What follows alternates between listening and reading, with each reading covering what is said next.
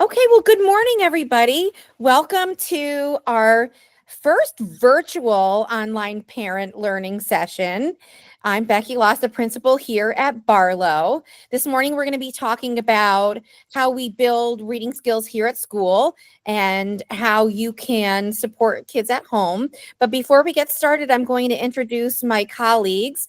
Nicole Spivey is our literacy coach. Hi, everyone. And Michelle Carlson is our literacy interventionist here at Barlow. Good morning. And just a little known fact about us, we all taught for many years in the classroom, and I taught first grade, third grade, and fifth grade. Nicole taught first grade and kindergarten for many years, and Michelle is also a proud kindergarten teacher, but middle school teacher also. So we have a really good gamut of years of experience and seeing the development of reading for our kids. So this morning, like I said, we're going to be talking about how we build reading skills here at school and how you can support your readers at home. And something that we really wanted to highlight is thinking about how we assess our readers and how we track their progress and how that's reported to you, especially with parent teacher conferences coming up. That could be some helpful information for all of you. As the research from the science of reading expands, it's really changing our practices of how we teach and we get to know and assess our readers. So, reading instruction can look very different, even from when, Nicole and Michelle and I were in the classroom until now. And we want to make sure that we're keeping you all up to date with those changes and how, and how we're getting to know kids here. But most importantly, how you can support them at home with the information that you're getting from teachers. So, like I said, we are recording this session. If you have any questions, feel free to put them in the chat and, I'll help moderate those questions and we can answer them as we go. And thanks in advance to the people who RSVP'd and put in some really great questions so that we can include that information already. All right, so I am going to hand it off to Nicole to get us started. Thanks so much. Good morning, everybody.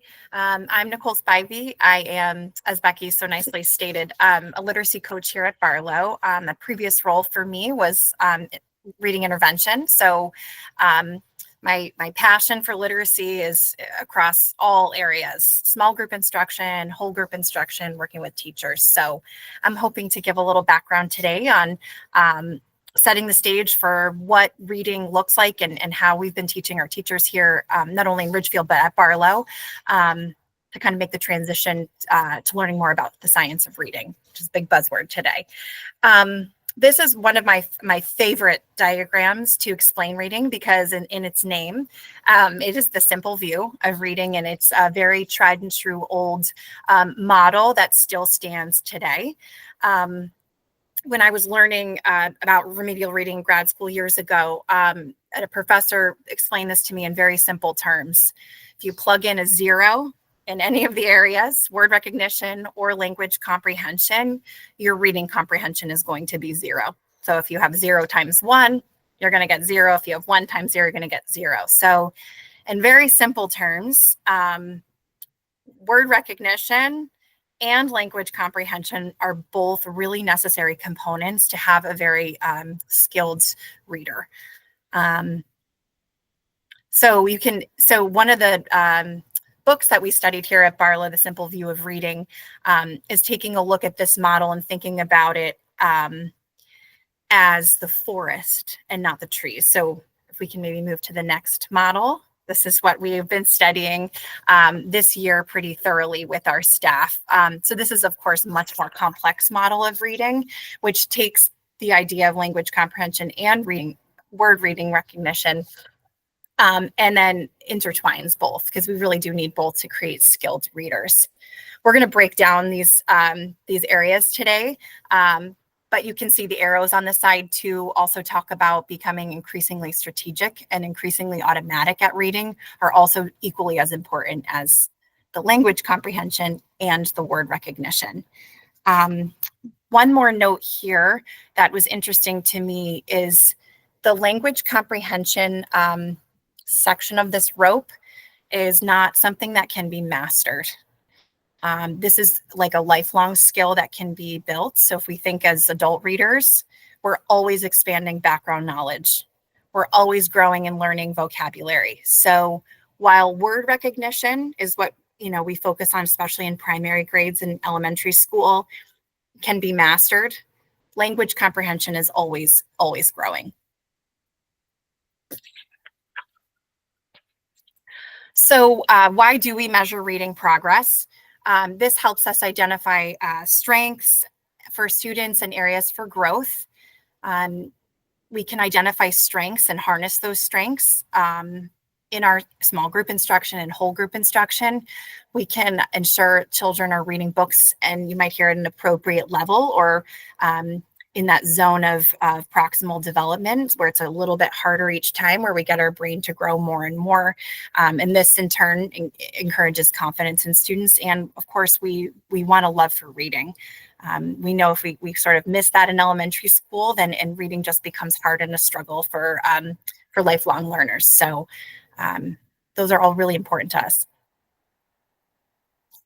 So with conferences coming up, and this is probably something that you've always had questions about, we use a norm-referenced screener assessment in the fall, the winter, and the spring called AIMSweb. We use it K through 5. And this screener is really just a dipstick or a thermometer to check in how a student is doing. It is not long. It is a norm referenced, and it goes with the Common Core standards. So there are components there that measure that. But again, it's very short and sweet. So at your child's conference, you will see, this is called a score snapshot report.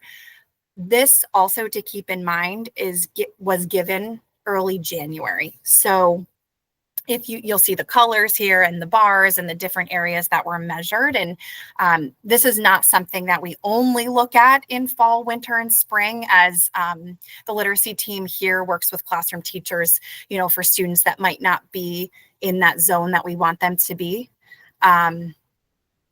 We look at this more frequently. We give different measures that are short to kind of check in and see where students are at. But again, it's like the starting point for us. So if a student is not where we want them to be, we will look deeper. But this is given to all students. Go ahead, you can go next slide. While I go to the next slide, we just had a good question. Sure. It asks if we're using computerized version of AIMSweb, or is it paper to pencil, and what's the difference in kindergarten and first grade? Yeah, that's a great question. So in kindergarten and first grade, they are paper assessments. So teachers, we have an assessment team. Michelle and I, sometimes Becky will join classroom teachers. We're all a part of our assessment team, and we will work with students. They have a paper in front of them. So for instance, in kindergarten, we look at letter sound fluency. So not just knowing letters and sounds, but the ability to know them quickly, because we know that helps with the automaticity, to sort of free up the cognitive load for students. So those in K and 1, those are paper assessments done one-on-one with a teacher. And in 2nd through 5th grade, those are computer-based assessments. In actually 2nd grade all the way through 5th grade, there is a component that's done one-to-one with a teacher called the oral reading fluency measure. And that is a 1-minute reading probe, and it measures reading rate. Hopefully that answers the question. Just let me know. Okay. In grades 3 to 5, we take the Smarter Balanced assessment, which is a standards-based assessment. And these score reports are reported, I believe, in the fall of the following school year to parents. So we've got those 2 measures. Okay, so that being said, that's how we're assessing based on larger assessments throughout the year. But how are we informing you of your child's reading progress, and what are we doing in the classrooms to ensure that we're beefing up our instruction and making sure that kids have all of these abilities and backgrounds? So how we're measuring a reader in the classroom is we're using a phonemic awareness program called Heggerty in kindergarten and first grade that really just focuses on the phonemic awareness. So they're focusing on sounds. It's teacher led every day. When it comes to decoding and encoding spelling, we're using Foundations unit assessments, and kids K through 3 are receiving Foundations instruction every single day. And we're also touching on using a Fontes and Pinnell benchmark assessment. So occasionally a teacher will sit with a student and do a more formalized reading record to check in and see where they are. But teachers are also doing that with decodable texts and with classroom texts that they're going through informally all the time. So it's not just one check-in, where are they, and then not doing it till another part of the year. They're always sort of checking in and sitting next to a student and listening to them read. We're also now using a program called Bookworms, and it's shared reading. And we're doing that. We're looking at written responses to reading. So we're checking in on comprehension. They're reading orally as a class here and there in the primary grades. And so kids are building on their fluency as well. But we really are checking in to see what their written responses are to make sure that that comprehension is there. In 4th and 5th grade, we're also using a program called Building Vocabulary. And Building Vocabulary really focuses on prefixes and suffixes, parts of words that have, Latin roots or Greek roots. And so it's looking at how we can know words without knowing the full word, how we can figure them out. And so that's happening in 4th and 5th grade. And so moving on, how are we teaching into these skills in the classroom? That's how we're checking in, and that's a little bit of how we're getting there. But the foundational reading skills that we teach explicitly and primarily, we're really focusing on K through 3. And so we're using the phonological awareness program with Heggerty. We're using our phonics program, which is Foundations. And through those two programs, we're also incorporating sight words. So sight words really go hand in hand with our Foundations work. And so while students are learning to decode and encode, we're also incorporating some sight words as well. So students are building on their sight word knowledge from one year to the next. Once they've mastered a word, obviously, because it's a sight word and it's a word they see often, that we're also expecting to see it in their writing. They're, picking them out when they're reading. And so it's sort of always building on the previous year. And so, adding on to that, we, to focus on language comprehension. Oh, I know there's a question. Do we want to? Becky, you're muted. Sorry about that. A good question that goes back to sight word and word recognition. We have a question from somebody who's obviously a teacher asking if we're using what we're using for sight words. Is it the Fry list? Is it the Doge list? Where do we get the sight words from? So the sight words that we're currently working on, we use a list that goes hand in hand with Foundations, and so that list of within Foundations sort of supports what we're doing day to day, and so it works on the knowledge that kids have of decoding to sort of kind of pull it all together. I hope, does that answer your question? Okay.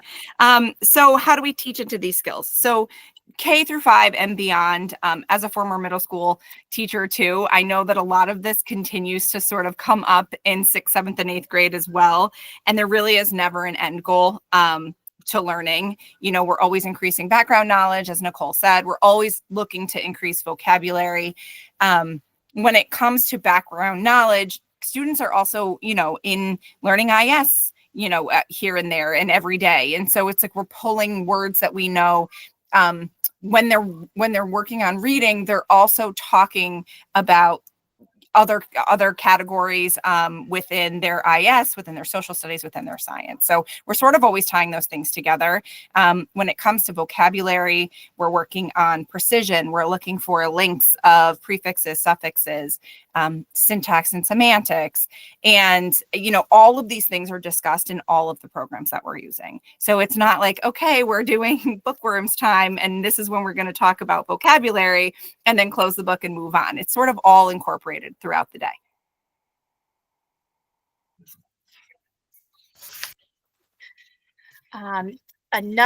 So Michelle touched on this earlier, the Fountas and Pinnell benchmark assessment. So, and you probably have heard this, we've been using this a long time.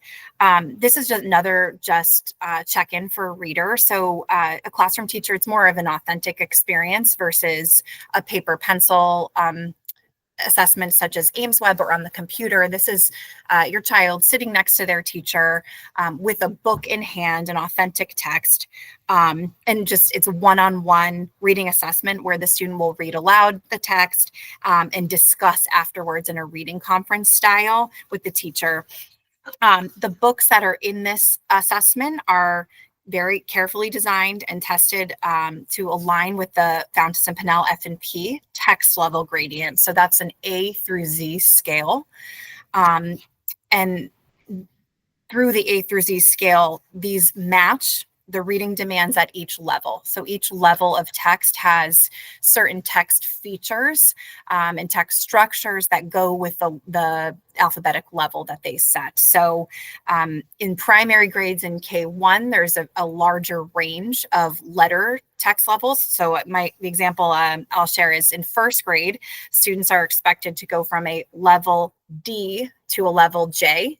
And that sounds very intense, but it moves very quickly through our instruction. Whereas like in a student in like third grade, there's like 2 or 3 levels in that band of text. So we often reference, especially as students get older, we reference these levels as bands of text where a student needs to progress from one to the other. And mostly it's based on, like I said, text structures and the complexity level of the comprehension. So the plot and the characters, and there's less emphasis there on that word recognition. There's some in the primaries, but it's really like sort of the rubber meets the road kind of an assessment. How is my student putting together all of the pieces that I'm teaching?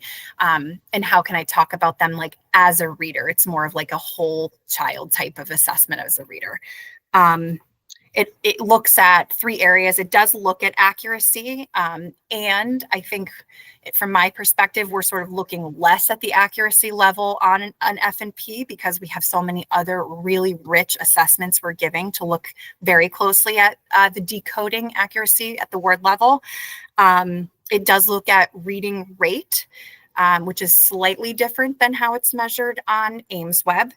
This is just words per minute. So if a student is stopping to engage with pictures or stopping to have a conversation with you in the middle of their reading, their word per minute rate is going to be less. Whereas in AimsWeb, we're looking at how many words correct in a minute, and there's a lot less stopping and chatting because it's just more of I need your reading rate. Whereas this is more of like a conference style. And then this is where really rich comprehension conversation can come into play too, and teachers can get a sense of where a student's at with very literal comprehension, who was there, what happened, can you retell the story? In upper grades, can you tell me a quick summary?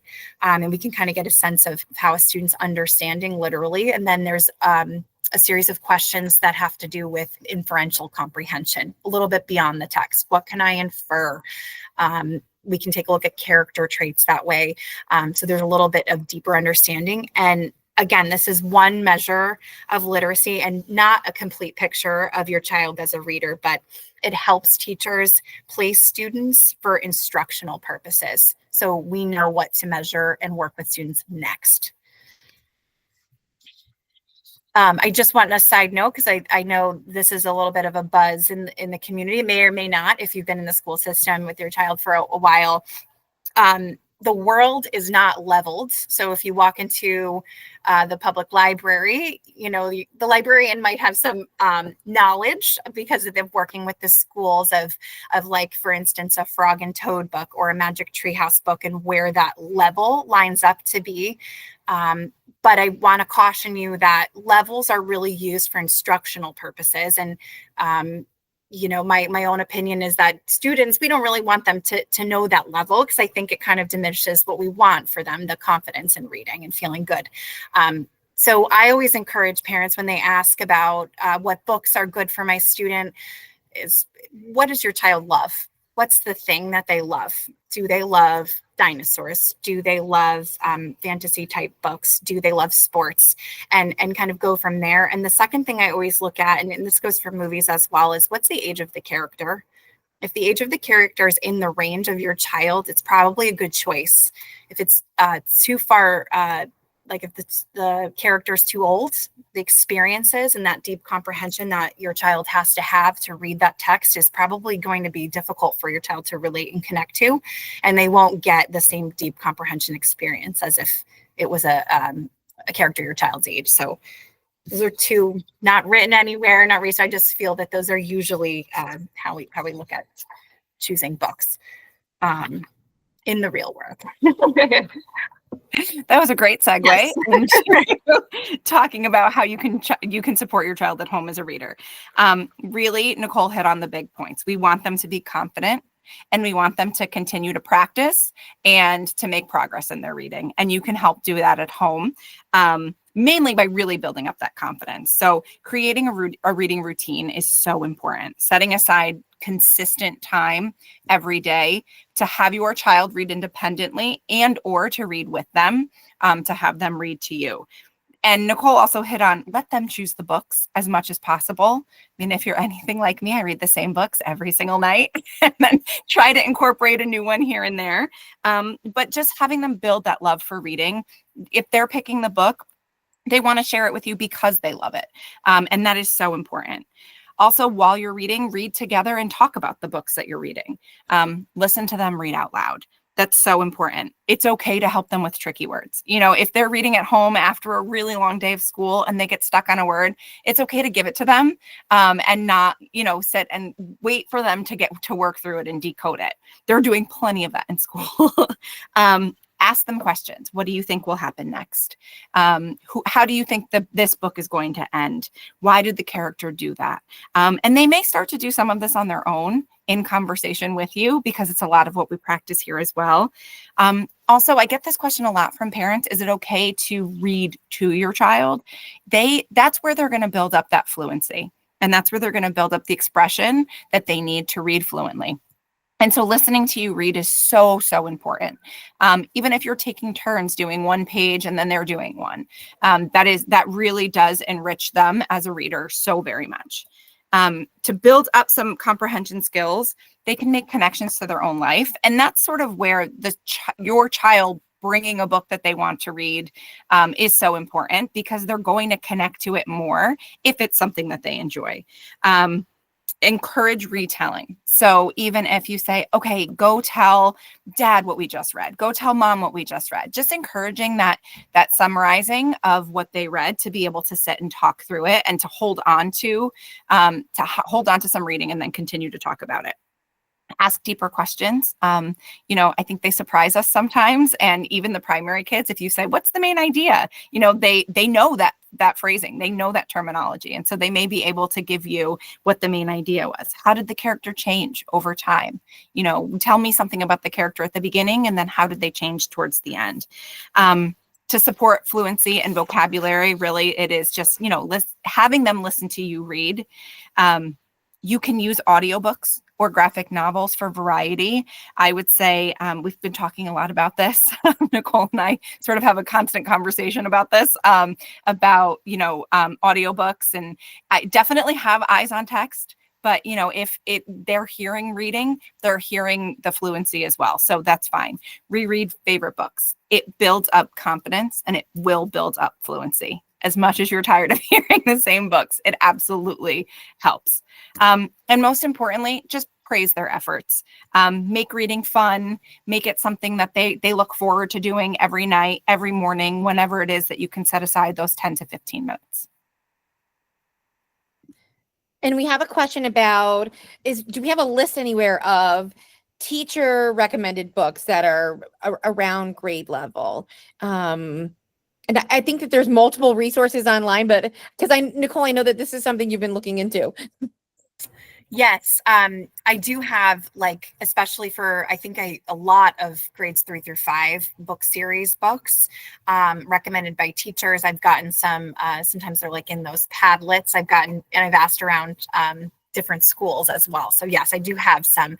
Another great resource is I know the public library in town, also our librarian here at Barlow, Martha Hegley, is wonderful. And she has a very well-versed just array of text in the library, but also she has great book suggestions. Michelle and I are great resources as well. And I'll just add to that, if you want to reach out to us too individually for your child's like specific grade level or specific age, that's probably easier than sending you, everything. So please feel free. And Nicole and Michelle, if there's ever is a curated list, I'd love to post it on the PTA site, going into summer, hey parents, here's some book choices, just because I know it gets overwhelming trying to find something that they'll like and actually read. So anything that we could help pass along or post, and then maybe even parents could add their recommendations on as well. That's a great idea. Thank you, Carrie. Yeah, we can definitely do that. And even I feel like student input for this was a great book, some kind of book review. There are some resources here that I've linked, which I think Becky will share out. That these are all links here from a website that's public and I believe free called Reading Rockets. They're really nice one-pagers that summarize some of what we talked about today. It's called Reading 101, and then it's by grade level for K2, and then there's also by skill. So if you look back on the reading rope and you're wondering more about phonemic awareness and what is that, you can always go by skill, and there's just a quick, very parent-friendly way of explaining those skills. The last is a link that I've shared with the staff here recently called Reading in the Digital Age. It's screen reading versus book reading. And I know that's a sort of a hot topic right now because after the post-COVID years, our kids are reading a lot more online. And there's pros and cons to both. It's sort of changed my opinion a little bit recently as I've been reading about how kids really need both. And if we know that reading online is a different type of reading, we're working here to develop our staff with how can we bridge that gap for some of the deep reading that kids will get with paper ink bugs. So just an interesting read there, but that's sort of a lot of new conversation that we're having. All right, so we're going to open it up to questions, but I actually do have a couple of questions from the chat. We have a question about Lexia. Can kids use Lexia at home, or maybe more appropriately, who has Lexia available for them to use? I can answer that, Nicole, Okay. if you jump in, please, if I forget anything. So if your child is receiving MTSS or additional support at school, they should have access to Lexia. They absolutely can use it at home. I just caution that they do it for around 30 minutes a day. I wouldn't push to do too much more than that. It's a wonderful program. It's adaptive. So your child will be where they need to be within Lexia. But I would caution doing it daily if they're also using it in school, whether it's when they first get in the morning or during a DI. I would definitely have that conversation with the classroom teacher as well to make sure that you're not sort of double dipping within a day. Yeah, I think the magic number for Lexia that I learned through them was 60 minutes a week. So however you want to split that up is that's the magic number to help students keep progressing. And I think once you get into a level, it adapts to the level, it's time spent versus how a child is doing. So if they've been in a level for a long time, some of my questions are like, how often are they using it? Do we need to update the level based on progress? Like if your child's not using it very often, then chances are they're probably beyond that level. But yeah, that's a conversation too for your classroom teacher, or if you're seeing a specialist or a case manager for any additional reading support. So Michelle just mentioned DI block, and I just want to explain what DI block is if people don't know, and it actually connects to our next question. So DI block stands for differentiated instruction block. In some schools, they call it a what I need block of time. So kids are working on, whether it's a math time or a literacy time, they're working at on activities that are at their specific level, and it's a time for them to either meet with their teacher for small group instruction, or that's also the time of the day where students will predominantly go and work with, whether it's a special education teacher, with one of our interventionists. It's a time where there's no new whole group instruction in class, so that we can facilitate that. So the question was, what is the size of reading groups? Are these reading skills always taught in the whole class, or are kids ever broken up into small groups? Yeah, I can answer some of those questions. So a lot of the programs that we mentioned, Foundations, just as an example, is taught whole class. And teachers will then use any data that they collect informally or formally from how a student's performing there to pull small groups, either within another part of the day. Like if students are independently reading, you'll see small groups, or during the differentiated instruction block. I would say the size of the small group kind of depends on the skill and the makeup of the students. I know when I'm in classrooms doing small groups, I tend to take larger groups, 6 kids. In intervention, we try to keep the groups like 4 students maximum. But again, it depends on the age of the student, the social makeup of the small group, and then what skills and what intensity students need. Thanks. We have another question. How could parents support comprehension at home? Is there any way to do that beyond just asking questions about the text or about the story? Yeah, I think at home, of course, reading with your child right next to them without even asking questions, and just really just stopping to talk about the text. We recommend a lot of times chunking the text. So your child and their stamina ability. But can you stop every like half page or every page and just kind of check in? Another way you might support comprehension at home, and I caution a little bit. We know writing about reading is going to be the biggest way that your child is going to be able to show what they know. We do that a lot at school, so I hate to recommend that more writing for a student at home. But if you're not wanting to ask those questions and you're just wanting to check in, you could ask your child at the end of the chapter, like, can you tell me a couple things that happened? Can you write them?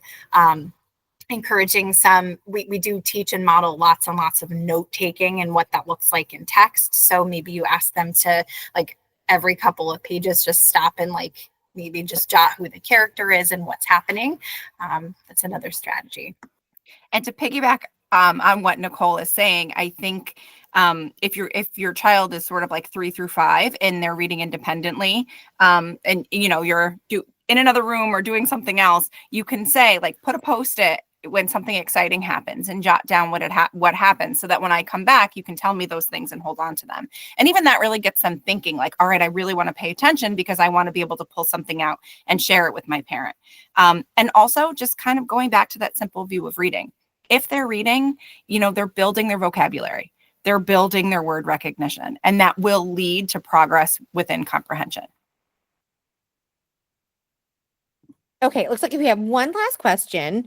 Do you have any specific techniques or, ways that we can prompt kids at home to either self-correct or guide them when they've misread a word, or, if there's a new vocabulary word? Do you have any like prompts or guides that you would recommend to give to kids?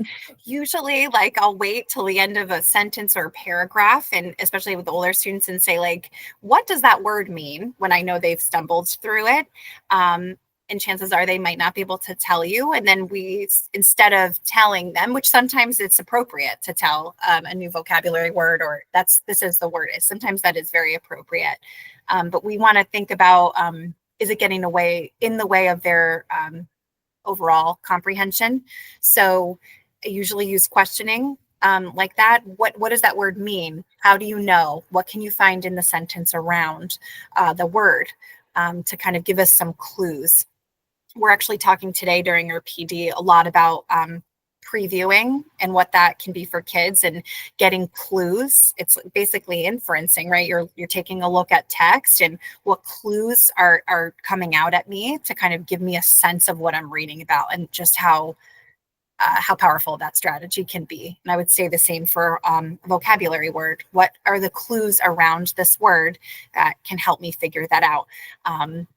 Wilson and Foundations also does eventually teach dictionary skills in 3rd grade. So that is part of it too. Let's look up this word together. That is a strategy. What does that word mean now in the context of what we're reading? And I would revisit what Michelle said earlier. And if a reader is struggling to decode a word,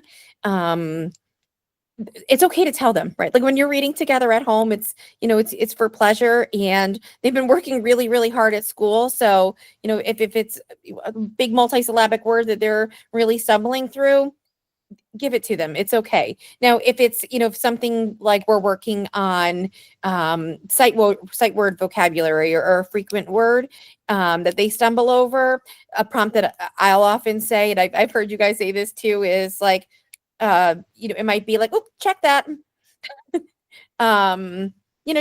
Just a quick prompt. But again, they're doing such hard work here at school. Let us work on those on those big words, and make it as fun. So do we have any other questions?